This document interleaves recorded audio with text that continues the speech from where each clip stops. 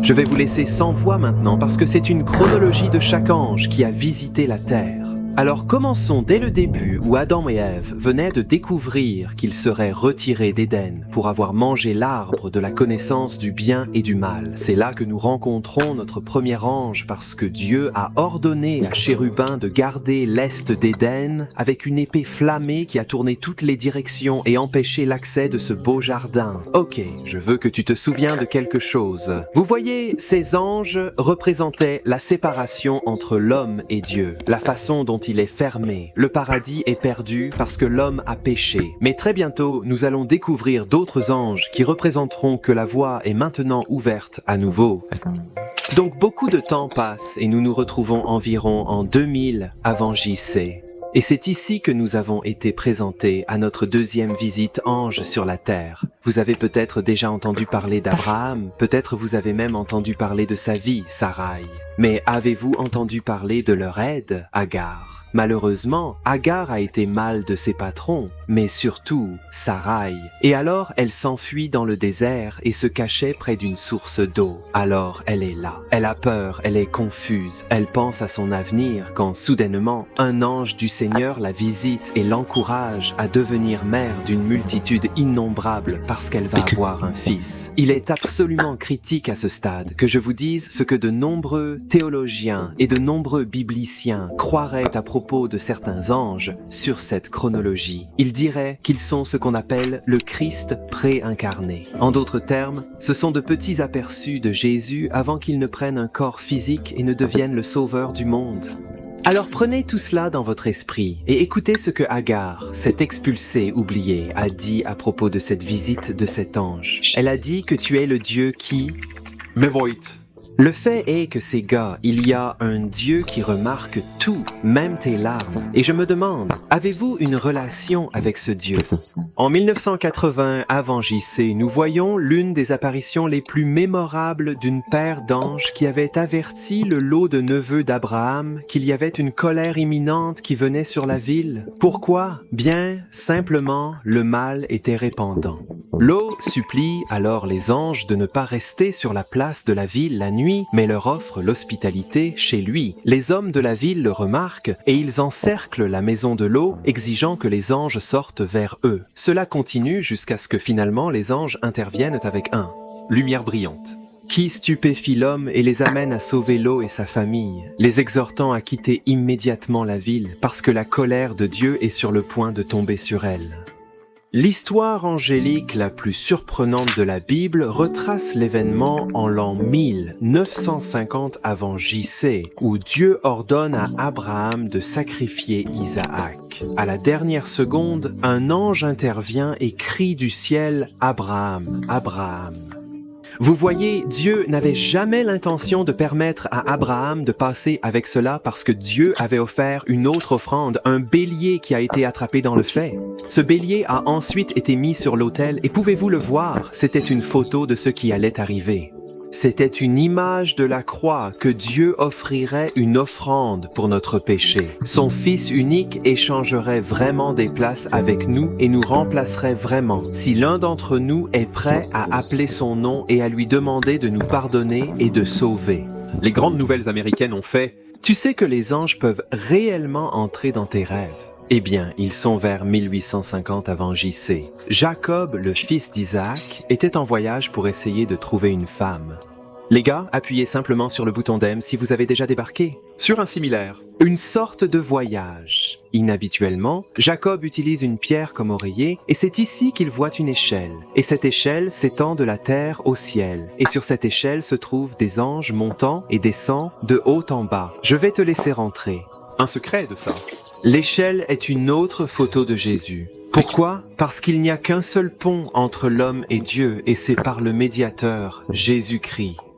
Grâce à cette échelle qui relie la terre et le ciel, tous ceux qui croient en son nom peuvent se réunir avec leur Créateur. Et ça. C'est en fait une preuve que la voie est ouverte, mais il y a une preuve encore plus claire que je vais vous montrer un peu plus tard. Enfin.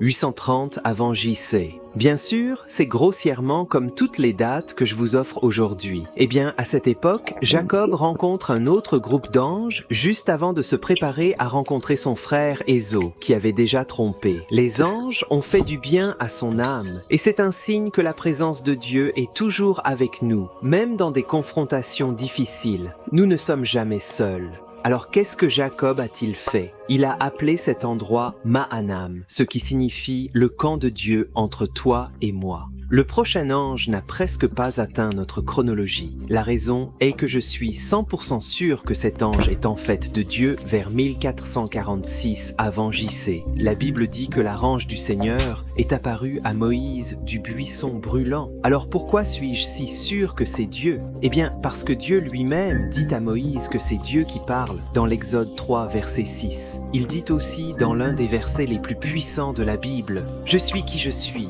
alors surveillez-toi ». Êtes-vous d'accord aussi que l'ange du Seigneur est une autre apparence préincarnée de Christ, mais est maintenant un autre ange que je sais que tu vas dire que j'ai totalement raté. Et je me demande s'il y a déjà un commentaire dans la section des commentaires. Eh bien, c'est bien sûr le premier ange à la rendre visite, et c'est Lucifer. Vous voyez, nous croyons en tant que chrétiens qu'il y avait un ange appelé Lucifer, un beau ange qui vivait au ciel, mais il a été chassé pour être Fier et puis... Il a cherché à faire amener les autres, a fait tomber le monde entier avec lui, et nous croyons donc que c'était Lucifer. La Bible, je crois, enseigne cela très clairement. Il prit la forme d'un serpent, il est entré dans le jardin, trompa Adam, et il est retourné à Moïse. Parce que de toute façon, la conclusion inévitable est que Moïse a vu des choses assez incroyables. Vers l'an 1446 avant JC, les Israélites avaient finalement la permission de quitter l'Égypte, mais Pharaon change d'avis et envoya des chars et des hommes après eux pour essayer de les ramener. Les Israélites étaient contraints. Près de la mer Rouge, mais l'ange de Dieu, le pilier de nuages, se déplaçait de l'avant du camp israélite vers l'arrière pour les protéger de cette situation dangereuse, et cela nous enseigne que Dieu est toujours fidèle à son peuple. Juste avant cet événement, quelqu'un que la Bible appelait le Destroyer a traversé l'Égypte une nuit et seulement les poteaux de porte qui étaient couverts. Le sang était sûr. Maintenant, la Bible ne dit pas spécifiquement que c'était un ange, donc je ne l'ai pas officiellement placé sur la chronologie, mais il est souvent appelé par les chrétiens, par les fièvres de croyance, comme l'ange de la mort. Mais je suppose que la vraie question est ceci: êtes-vous couvert du sang? Êtes-vous en sécurité des jugements du Seigneur parce que vous avez été lavé par le sang de l'agneau, n'est-ce pas? C'est l'instance la plus inoubliable d'une visite angélique sur la terre. En 1400 avant JC, un prophète sans Dieu nommé Balaam fut approché par le roi de Moab pour offrir une récompense financière s'il maudit les Israélites. Dieu ordonna à Balaam de ne pas y aller, mais il va contre la parole de Dieu. Sur son voyage, son âne fidèle vit un ange bloquer le chemin, tenant une épée tirée. L'âne refusa d'aller plus loin, et Balaam se fâchait. Alors Dieu ouvrit la bouche de l'âne, et dont l'âne a dit incroyablement: « Qu'est-ce que je t'ai jamais fait ?»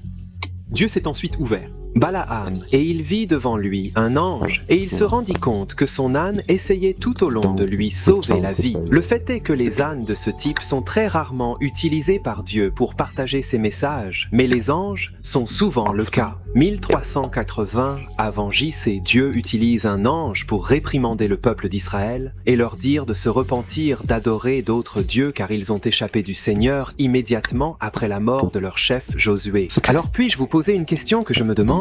Dieu vous appelle-t-il à vous repentir d'un péché aujourd'hui? Et tu es? Écoutant en 1200 avant JC, un homme moyen nommé Gidéon se cachait des Midianites qui dominaient les Israélites. Gédéon battait du blé, et un ange de l'Éternel lui apparut et lui dit: « Guerrier de courage, tu seras le délivreur d'Israël. » Mais Gidéon a répondu: « Non, tu dois avoir le mauvais type. Je suis le moins de mon clan. » Mais Dieu, par de nombreux signes, prouvait à Gidéon qu'il était vraiment l'homme pour le travail. Nous montrons que Dieu voit notre potentiel quand nous nous voyons comme des perdants et jamais oublier tout ce que Dieu appelle une tâche qu'il équipe toujours. Voyez ça.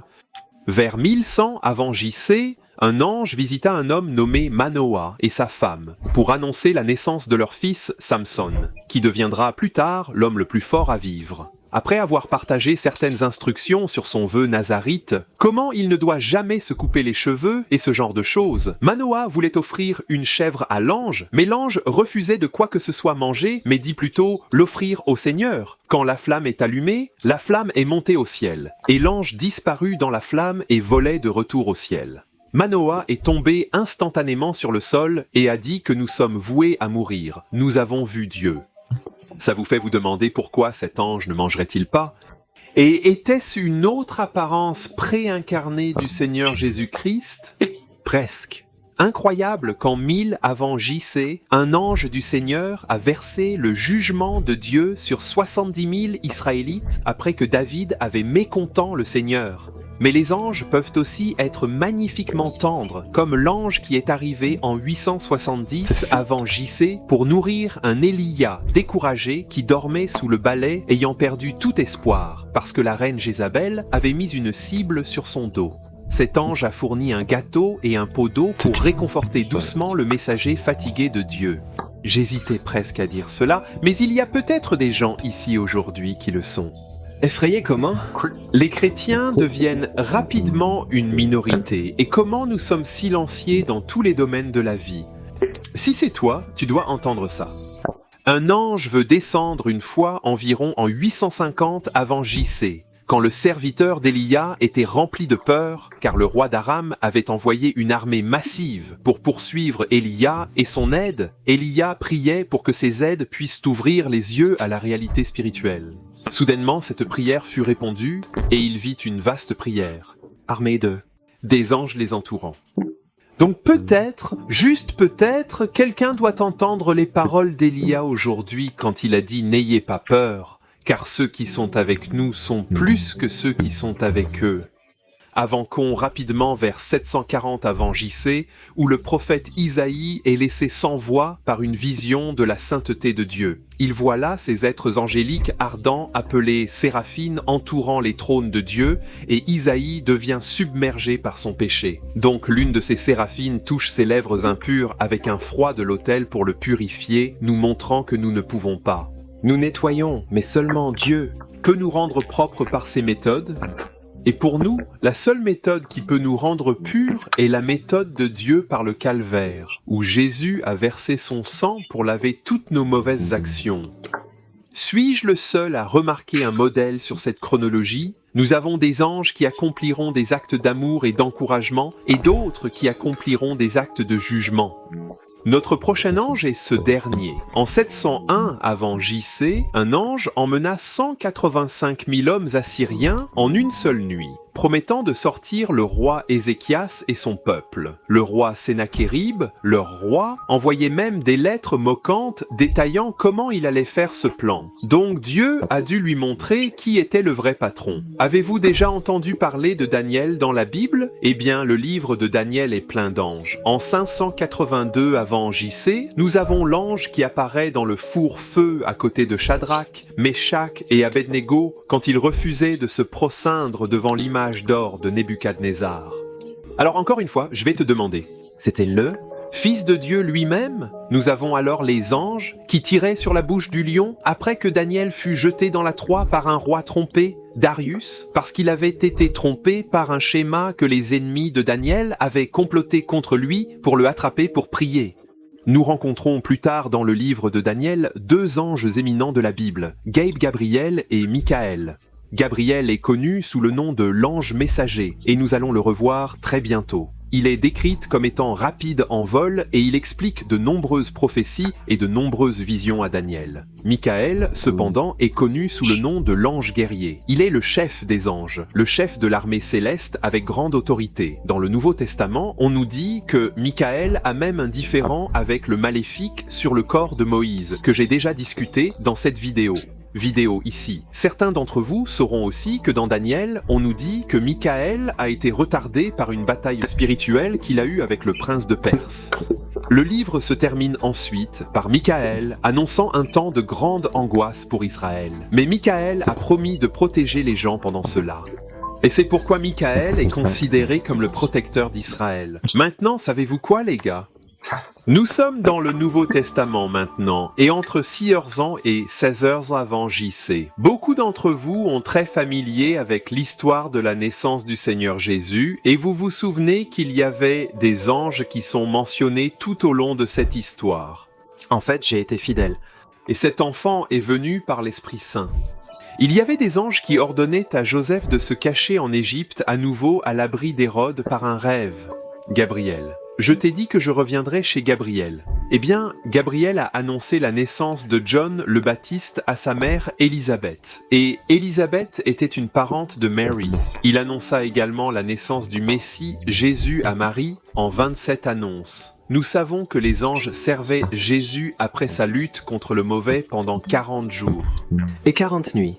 Nous savons aussi que dans la 30 annonce, les anges ont de nouveau fortifié notre Seigneur dans le jardin de Gethsémani juste avant qu'il allait à la croix pour notre salut. Après avoir accompli cette belle rédemption qui est disponible à tous ceux qui se repentiront et confient en lui. Jésus fut posé dans une tombe, mais le 3e jour, il se levait de la tombe. C'est là que nous rencontrons nos anges qui représentent la voie d'être ouverts. Le paradis retrouvé. Nous sommes encore dans la publicité et c'est ici dans le récit de Matthieu que nous lisons un ange du ciel qui est descendu, a roulé la pierre en arrière et s'est assis dessus de toutes choses. Et comme vous pouvez l'imaginer, les gardes romains qui ont vu cela ont tremblé de peur. Plus tard dans les autres récits, nous lisons que les 2 anges annonçaient la résurrection de Jésus aux 2 Maries, leur disant que Jésus n'est pas mort, il est vivant. Cette fois, au lieu de bloquer une entrée, il l'ouvre. La tombe est vide, le rideau du temple est déchiré en 2 et la voie est ouverte. L'homme peut se réunir avec Dieu à cause de ce que Jésus-Christ a fait au calvaire. Pour moi et pour vous, écoutez-moi. Nous sommes encore dans la publicité et les disciples venaient de voir Jésus-Christ monter au ciel après avoir passé quelques semaines avec lui. Juste après qu'il ressuscite des morts, 2 anges apparaissèrent instantanément aux disciples, les rassurant que Jésus reviendra de la même manière qu'ils le virent partir. Mais ces hommes allaient voir beaucoup d'autres anges. Dans 33 annonces, nous savons que les anges ont libéré les apôtres de la prison. Dans 34 annonces, un ange ordonne à Philippe de partager l'évangile avec une seule personne, ce qui nous montre que chaque âme est importante pour Dieu. Il ne s'agit pas parfois des grands chiffres, il s'agit des 2 et des 2. Dans la 40 annonces, un ange visite un centurion romain appelé Cornélius, lui ordonnant d'appeler l'apôtre Pierre. Ce serait alors le début du plan de Dieu de sensibilisation évangile pour les gentils. Dans 42 annonces, un ange sauve Peter de la prison avant que le roi Agrippa puisse l'achever. Et ce même roi a reçu la visite d'un ange lui-même, mais ce n'était pas bon. Un seul jour, il profitait de toute la flatterie du peuple qui prétendait être Dieu et non un homme, et un ange l'a frappé en un éclat parce qu'il n'a pas donné gloire à Dieu. Ok, maintenant viens avec moi. Passons rapidement à 95 annonces. Et ici, nous trouvons l'apôtre Jean reçoit une révélation future d'un ange où il voit de nombreux anges dans les temps finaux et même de nombreux anges tombés. Ce sont des choses si profondes, si puissantes, que je ne pouvais pas en parler rapidement. Donc plutôt j'ai fait une vidéo complètement différente ici.